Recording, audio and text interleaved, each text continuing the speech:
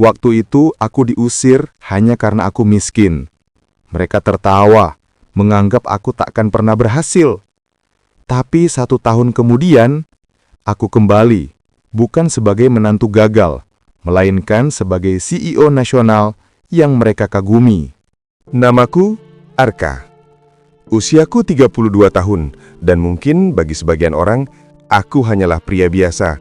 Bukan siapa-siapa, bukan dari keluarga kaya, dan bukan pula orang yang dikenal di kalangan pebisnis besar. Tapi bagiku, hidup sederhana bersama orang yang kucintai sudah lebih dari cukup. Sejak menikah dengan Naila, aku tinggal di rumah mertuaku. Kami menempati kamar kecil di lantai 2, cukup untuk 2 orang dengan jendela yang menghadap taman belakang. Setiap pagi, aku selalu menyeduh kopi untuk Naila sebelum ia berangkat membantu ibunya di butik keluarga. Aku tahu, kehadiranku di rumah itu tidak sepenuhnya disukai, tapi aku berusaha menutupinya dengan senyum. Arka, kamu belum kerja juga hari ini? Suara Pak Bram, ayah mertua, terdengar tajam suatu pagi. Ia berdiri di depan ruang makan dengan setelan rapi dan aroma parfum mahal. Aku menoleh dan tersenyum sopan. Masih nunggu kabar dari perusahaan yang kemarin, Pak. Kalau rezeki, mungkin minggu ini sudah mulai kerja. Pak Bram hanya mengangguk kecil lalu duduk di kursinya tanpa menatapku lagi. Di matanya, aku tahu, aku hanyalah beban, menantu yang belum menghasilkan apa-apa. Bu Ratna, ibu mertua, ikut bicara dengan nada lembut tapi menusuk. Arka ini sebenarnya pintar, cuma kurang beruntung ya. Pak, semoga nanti bisa bantu-bantu Naila di butik juga. Aku tersenyum lagi, meski hatiku menolak. Aku tidak ingin bergantung pada usaha keluarga. Aku ingin berdiri di atas kakiku sendiri. Tapi sepertinya mereka tidak akan pernah memahami itu. Satu-satunya yang selalu memahamiku hanyalah Naila. Malam itu, saat kami duduk di balkon kamar kecil kami, ia menggenggam tanganku erat. Mas, jangan sedih ya. Aku percaya kamu pasti bisa. Aku tahu Mas lagi berusaha, cuma waktu aja yang belum berpihak. Aku memandang wajahnya di bawah cahaya lampu temaram. Lembut, penuh keyakinan. Aku tahu, aku menikahi perempuan yang tulus. Naila, aku cuma ingin bisa bikin orang tuamu lihat kalau aku bukan laki-laki gagal. Ia tersenyum, menepuk pundakku pelan. Kamu gak perlu buktiin apa-apa, Mas. Aku udah lihat perjuanganmu setiap hari. Dan malam itu, untuk pertama kalinya setelah sekian lama, aku merasa damai. Mungkin mereka belum bisa melihat siapa aku sebenarnya. Tapi suatu hari nanti, aku akan membuat mereka menyesal pernah meremehkanku, bukan dengan amarah, tapi dengan keberhasilanku sendiri. Aku tidak tahu bagaimana caranya, tapi aku tahu satu hal. Aku akan berjuang sampai hari itu tiba. Itu janji yang terus kupegang. Bahkan ketika hari-hari berikutnya mulai terasa seperti ujian yang tak ada ujungnya. Sudah hampir 3 bulan aku tinggal di rumah mertua tanpa pekerjaan tetap. Setiap pagi, aku keluar membawa map berisi lamaran dan pulang dengan wajah yang berusaha tetap tersenyum walau di dalam dada terasa sesak. Tapi hari itu berbeda. Hari yang ternyata menjadi titik balik dalam hidupku. Pagi itu, meja makan terasa tegang. Pak Bram membaca koran dengan dahi berkerut, sementara Bu Ratna duduk dengan wajah murung. Perusahaan kita kena masalah besar, kata Pak Bram pelan, tapi nadanya berat. Investor utama mundur. Kalau bulan ini nggak ada dana masuk, butik harus tutup. Naila terdiam, menatap ayahnya khawatir. Aku pun ikut merasa iba. Tapi sebelum aku sempat berkata apapun, Pak Bram menatapku tajam. Arka, Suaranya tegas. Kamu dari dulu katanya kerja di bidang keuangan kan? Ada saran untuk perusahaan keluarga ini. Saya lihat laporan keuangannya dulu, Pak. Mungkin saya bisa bantu mencari celah. Pak Bram letakkan korannya, menatapku lama. Kamu bisa bantu. Modal apa? Nada suaranya dingin. Aku terdiam sejenak. Mencoba menahan perasaan tidak enak. Saya nggak punya modal besar, Pak. Tapi saya punya beberapa relasi yang mungkin bisa... Relasi? Potongnya cepat. Ia terkekeh kecil. Relasi seperti apa? Teman sesama pengangguran? Suasana meja makan hening seketika. Naila menatapku iba. Bu Ratna menunduk, pura-pura sibuk mengaduk teh. Aku hanya bisa menarik napas dalam-dalam. Saya hanya ingin bantu, Pak. Niat saya tulus. Pak Bram bangkit dari kursinya. Arka, dari awal saya sudah tahu kamu bukan pria yang cocok buat anak saya. Kamu hidup di rumah ini sudah cukup lama. Tapi apa yang kamu hasilkan? Nihil. Sekarang saat keluarga saya susah, kamu malah kasih janji kosong. Aku mencoba menatap matanya. Saya akan buktikan, Pak. Tidak usah. Suaranya meninggi, meski tetap terkendali. Mulai malam ini, kamu tak perlu tinggal di rumah ini lagi. Aku tidak ingin punya menantu yang cuma bisa mengandalkan belas kasihan. Hujan turun sore itu. Aku berdiri di teras rumah besar itu, membawa satu koper kecil berisi pakaian dan map lamaran kerja yang sudah kusobek setengah jalan. Naila memelukku erat. Air matanya menetes di bahuku. Mas, maafin aku. Aku nggak tahu harus gimana. Aku udah coba ngomong ke papa, tapi... Aku tersenyum. Meski mataku terasa panas. Nggak apa-apa, Nay. Aku nggak marah. Aku cuma sedih. Karena aku belum sempat buktiin kalau aku bisa jagain kamu. Ia menggigit bibirnya, menahan tangis. Mas, aku mau ikut kamu. Aku menggeleng pelan. Belum saatnya. Aku harus berdiri dulu. Kalau aku bawa kamu sekarang, aku malah nyeret kamu ke susah. Kami berdua terdiam. Hanya suara hujan yang menemani. Lalu perlahan, aku melangkah pergi. Setiap langkah terasa berat. Tapi aku tahu, di balik pintu yang tertutup itu, ada harga diriku yang sedang jatuh. Dan harus kupungut kembali dengan tanganku sendiri. Malam itu di kamar kos mungil dengan atap bocor. Aku menatap ponsel bututku. Ada pesan dari sahabat lamaku, Riko. Bro, kalau masih mau berjuang, aku punya ide startup. Kecil, tapi potensinya besar. Kita mulai dari nol, mau? Aku menatap pesan itu lama.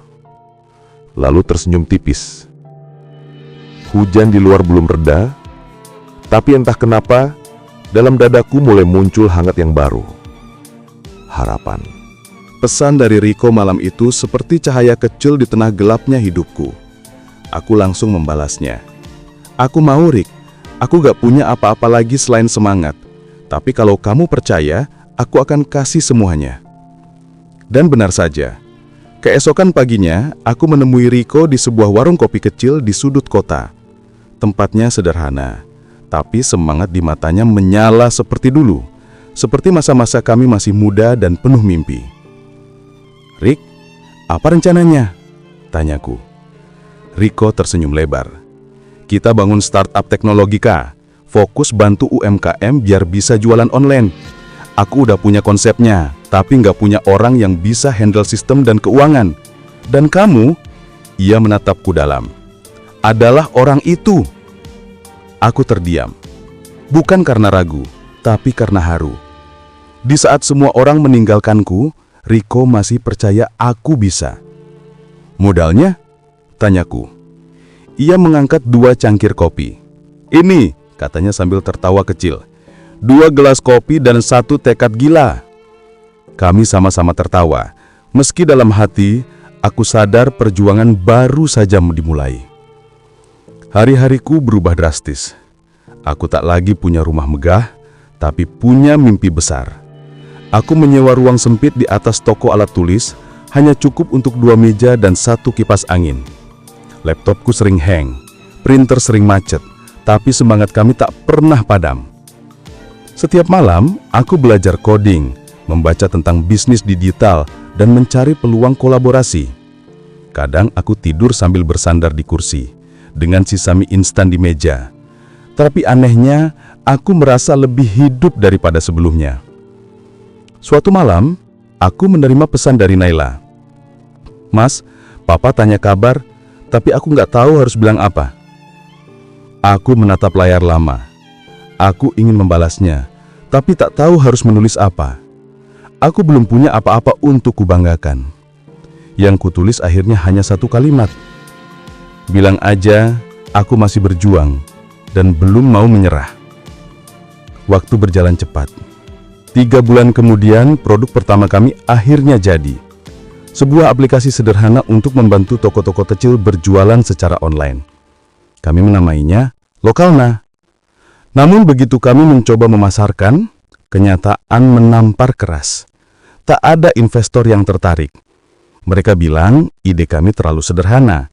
Pasar sudah jenuh dan kami tidak punya rekam jejak. Beberapa kali kami hampir menyerah.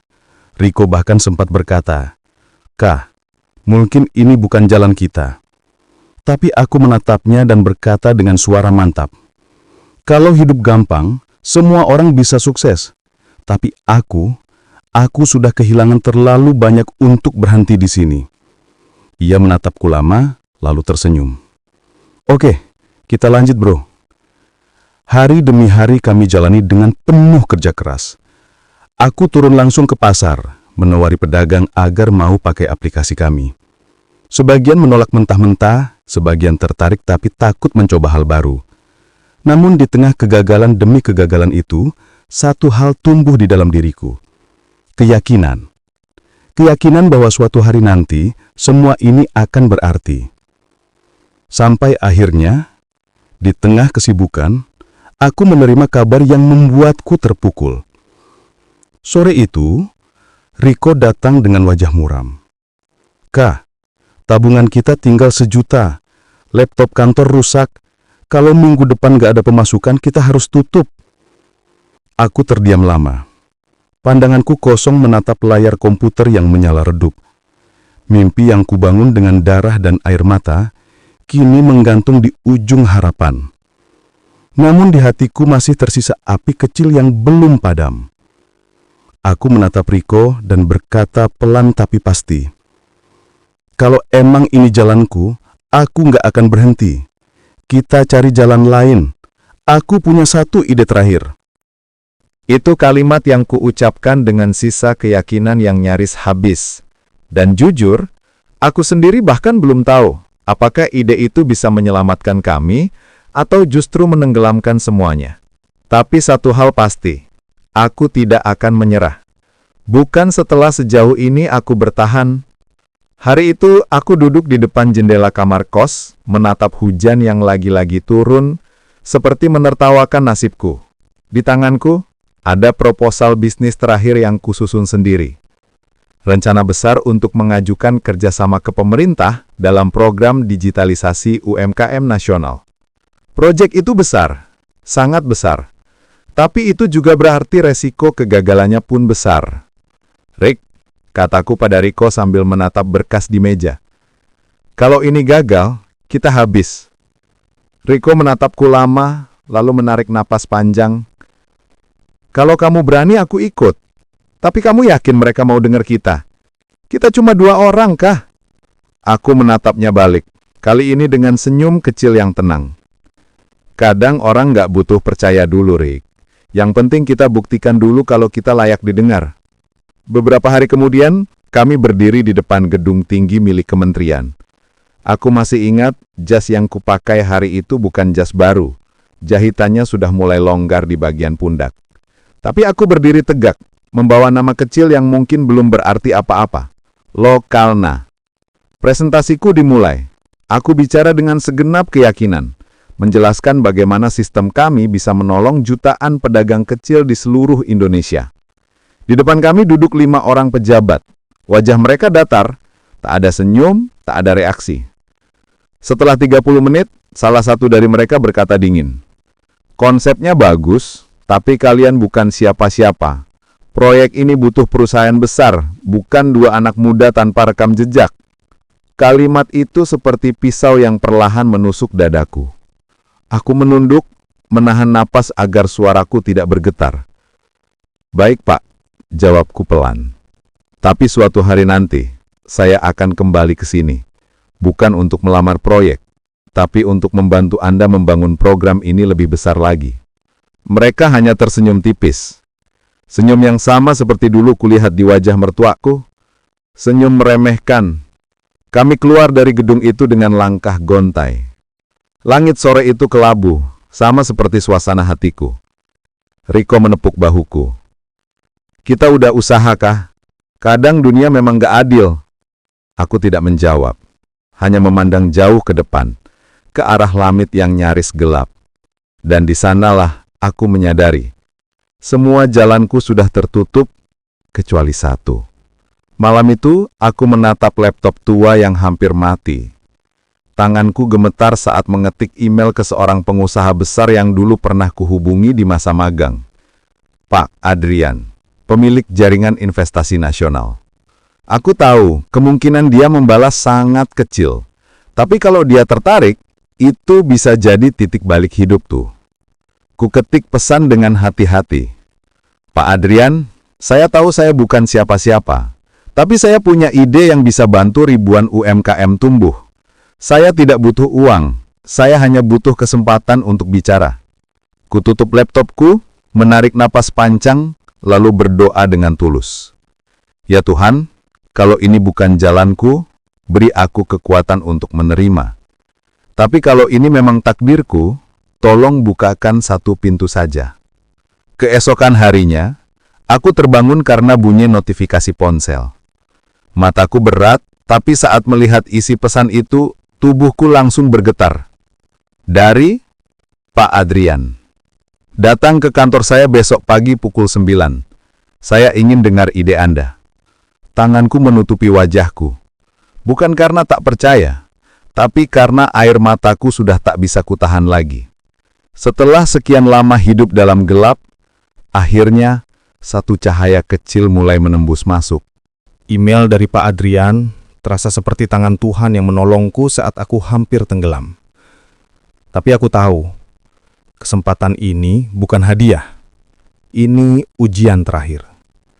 Dan aku tidak boleh gagal lagi. Pagi itu aku berdiri di depan gedung tinggi milik Adrian Group, memegang map proposal yang sudah mulai kusam. Kemejaku rapi, tapi tanganku gemetar. Satu langkah ke depan bisa mengubah hidupku, atau menguburnya selamanya. Resepsionis menyambutku dengan sopan. Pak Adrian sudah menunggu di ruang rapat lantai 15. Aku menelan ludah, lalu berjalan masuk. Di lift, aku menatap pantulan wajahku di dinding logam.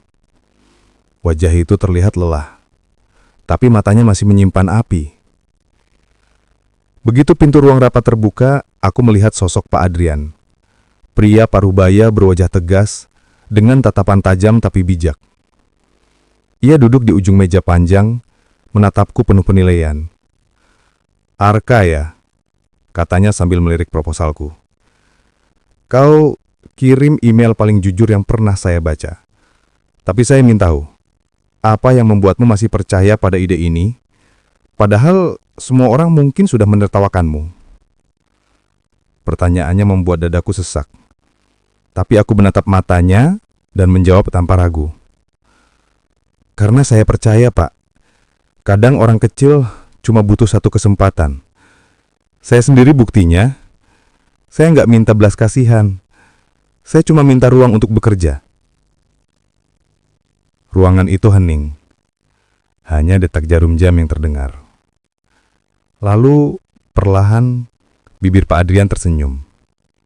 Kalimat itu sudah cukup buat saya tertarik. Itu menjadi titik balik segalanya. Pak Adrian memberiku kesempatan magang proyek di bawah perusahaannya, dengan syarat aku harus bisa membuktikan dalam 3 bulan bahwa idemu bisa hidup tanpa modal besar. 3 bulan. Waktu yang pendek, tapi aku tak pernah merasa sekuat itu. Aku dan Riko kembali bekerja tanpa henti. Kami menulis ulang kode aplikasi, menata ulang strategi, dan turun langsung ke lapangan. Kami bahkan rela tidur di kantor kecil yang disediakan Pak Adrian, hanya untuk memastikan semuanya berjalan sempurna. Namun, perjuangan tak selalu mulus. Ada banyak malam di mana listrik padam, server rusak, dan data hilang. Ada pula saat investor menolak kerjasama karena menganggap kami hanya eksperimen kecil dari pengusaha besar. Aku nyaris menyerah. Tapi setiap kali lelah, aku mengingat wajah Naila. Wajah yang dulu menatapku dengan keyakinan saat aku tidak punya apa-apa. Aku ingin membuktikan bahwa kepercayaannya tidak salah. Hari penilaian tiba. Aku berdiri di depan layar besar, mempresentasikan hasil kerja kami di hadapan Dewan Direksi Adrian Group. Keringat membasahi tengkuku, tapi kata-kataku mengalir jernih. Aplikasi Lokalna kini digunakan oleh lebih dari 10.000 pedagang kecil dalam 3 bulan. Bukan hanya angka, tapi cerita hidup mereka yang berubah. Dan saya percaya, inilah masa depan ekonomi kita. Setelah aku selesai bicara, ruangan kembali hening. Pak Adrian menatapku lama, lalu berkata pelan, "Arka, saya tak pernah lihat semangat seperti ini sejak saya muda dulu. Mulai hari ini, kamu bukan lagi peserta magang. Kamu akan saya angkat jadi CEO di bawah naungan Adrian Group." Aku terpaku. Riko menepuk bahuku dengan mata berkaca-kaca. "Kak, kamu berhasil!" Air mata yang kutahan selama berbulan-bulan akhirnya jatuh juga. Bukan karena sedih, tapi karena rasa syukur yang tak bisa dijelaskan dengan kata-kata. Malam itu, aku keluar dari gedung tinggi itu dan menatap langit kota yang berkilau. Dulu aku berjalan di bawah hujan, diusir dan dianggap gagal.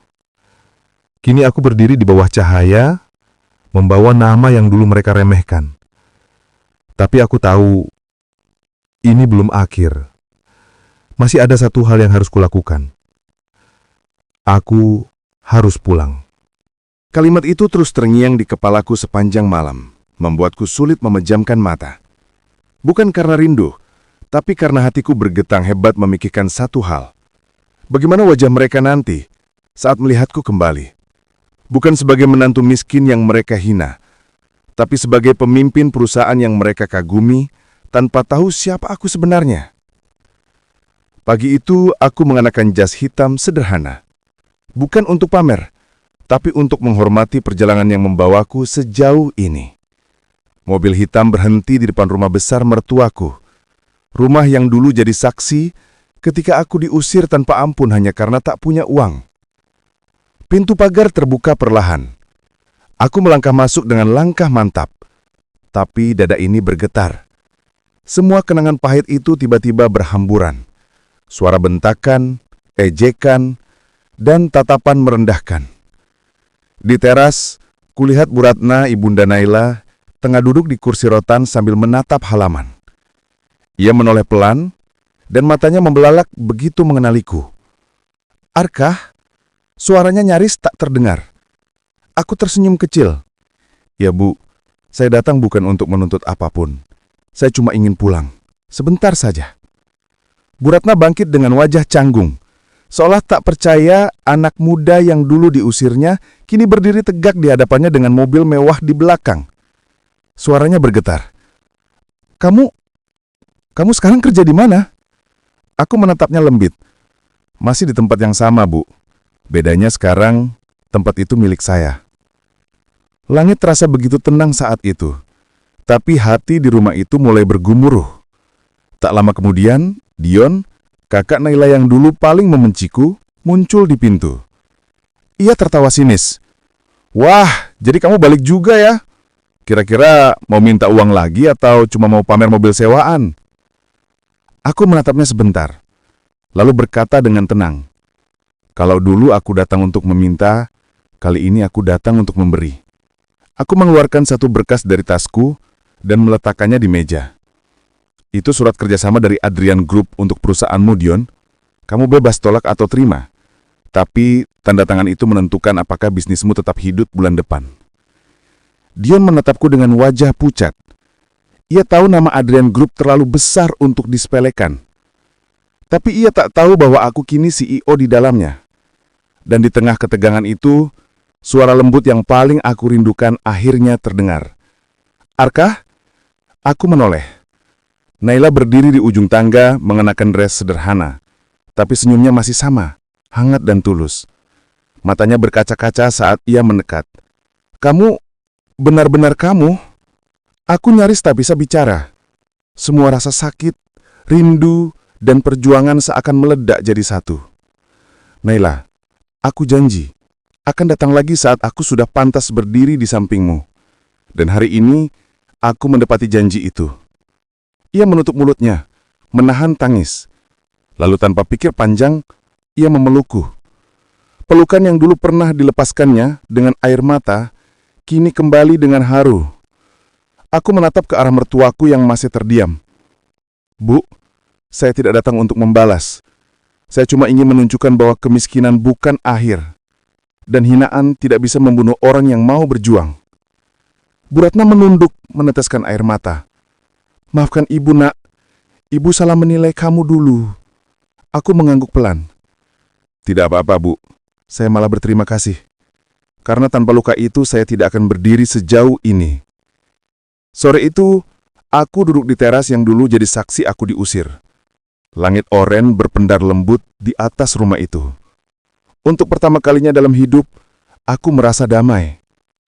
Perjalanan ini bukan tentang membuktikan bahwa aku bisa kaya, tapi tentang membuktikan bahwa orang yang diperlakukan hina bisa bangkit tanpa perlu membalas dengan dendam. Aku menatap Naila dan tersenyum. Sekarang, mari pulang. Tapi kali ini bukan ke masa lalu, melainkan ke masa depan.